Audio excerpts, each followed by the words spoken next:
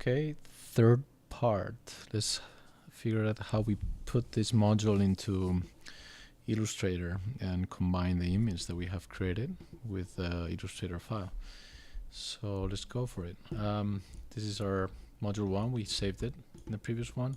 We have the light and everything from the same view, which means that we have to right click there and set view, my view 2. We have to select our objects and say what to the we have to check for views, make sure that you have hidden lines. If you have the Rhino 5, you will have this option, show view per rectangle. That's good. If not, don't worry. And check this one, maintain source layer, and say OK. What this does is create a bunch of lines. It's going to take long because the geometry is complex, but it's going to look good. It's going to create a 2D lines. Another, I think we should have done only the perspective. I'm gonna, once it's done, I'm gonna, or actually we can leave it, could be interesting. Once we're done, you see in yellow here the 2D drawings of all the elevations, side views, and the perspective at the same time. So we have to go to Control Tab to the top view without doing any other selection, and you have all these in yellow, so you can with no problem say File, Export Selected, you go to Desktop and you go to Illustrator, you name it as probably Module 1, Enter, say OK, and we'll probably, if you have everything in different layers, this is what automatically is done from Rhino. You can always just close this and turn everything off. You know it's always there, so it's fine. Let's go to Illustrator now. Alt tab into Illustrator and say File. We don't want to open directly the Illustrator we have created, which is what I have taught at class. In this case, we're going to say New. Just give a decent size to the letter size here. For print world, we're going to say letter is good. Orientation vertical, and we're going to call it Module 1. Good. We say OK. There we go. We have a file, and what we can do now is say open. Open the. Let's go to where we saved the Illustrator file. We say open. You see we have two tabs here. It means that we can select everything from this one. If you don't want, this is the rectangle that we had before. It's fine. You can just delete that rectangle. It's for other examples that could be fine. For now, we're only going to use this lines, the ones that represent the perspective. Okay, so I'm selecting all of the perspective lines. Control C. I'm pressing on Module 1, and let me see if it works, because this is something from Illustrator that's not very good. If I say Control V, and in your case it may happen differently. It may happen that you don't have layers here. This is very important. Not by default, Illustrator has layers. So if you don't have, just press on this guy and say paste remember layers before you do Control V, okay? So that's very important, because you need the layers. You need to work with the layers. And this we have done several times at class, so we just need to select everything and search for the little place where we can let me see if we find that, because it's kind of tricky sometimes. Yeah, you see that symbol next to the lines, and press Shift and scale it.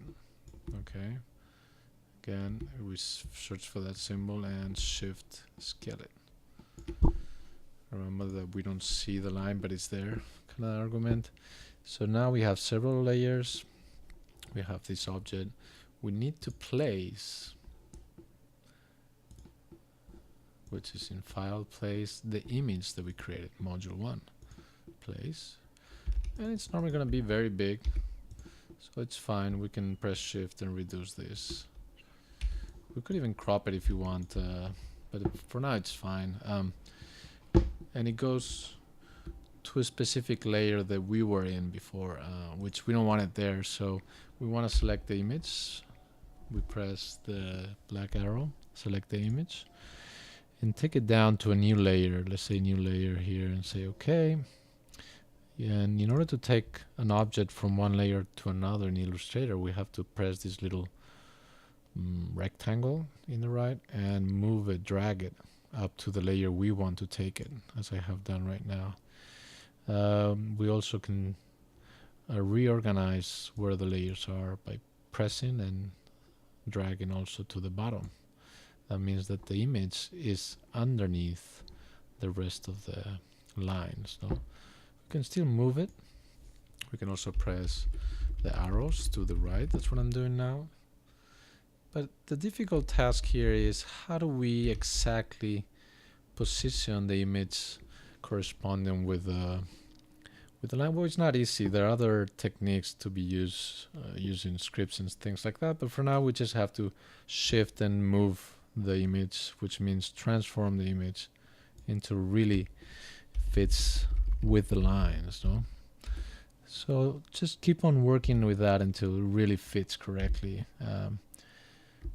It's a little bit of a difficulty there, but once it fits, you will see how nice it matches. So I got it. I'm lucky, I guess. You guys could take a little longer, but I was lucky and I got the image to fit with the lines quite perfectly. I'm very proud of myself right now. The next thing is we need to change the lines. Obviously, these lines are not good lines to understand the geometry. So let's go as we have taught at class.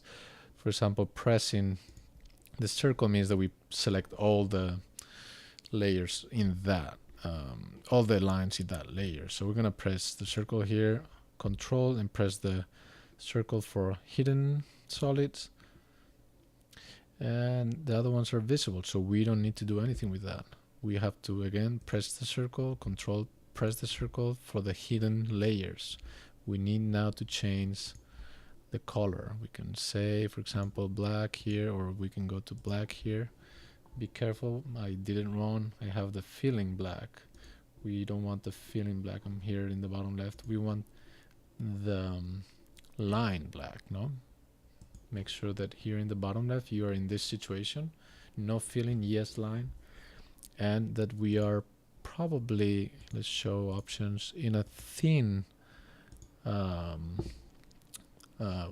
line weight, no, and probably even dash line. Let's try 1 for now, and 1, and I think not even black is perfect. Let me try a little gray, and I think it looks good for now. We're going to see that we're going to give transparency to the images, so it's fine. And let's go to the layers again and select the solid, the visible layers. Again, by pressing the circle, Control, pressing the other circle, the circles that correspond with the layer that says visible. After selecting, we go to the lines. We probably want to set 0.5. No dash line, but yes, in this case, we want to have it black. No? Again, we have to be in this situation. No filling, yes, black. Let's see what we get here. There we go. The lines are perfect. The image is not that perfect, but it's fine because what we're going to do now is select with the arrow the image. We're going to go to this option that says transparency. If you don't have it, go to Window and search for transparency here, which is that one. But everybody by default should have it. And what we can do is give opacity transparency, is the opposite, and control that a little bit better, no? Okay. And probably the lines should be a little bit darker now that I see, but you can start seeing now how nice the rendering meets with the line. It's perfect connection, no? So I'm gonna just select again the hidden lines, which I'm not totally happy about how they look. Again, circle, Control circle for the hidden lines, and in color I'm gonna go back to the black. I think it's better, but make sure that you're in dash line. There you go.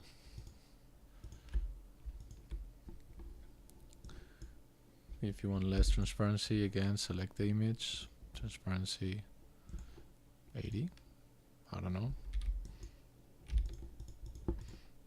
Okay, make sure the layer, our layer is in the bottom, the layer of the image, and we're done. I mean, the next step is super simple. We go to File, and if I remember well, that we have to save as PDF. Okay, well, we're gonna call it module 1, call it save.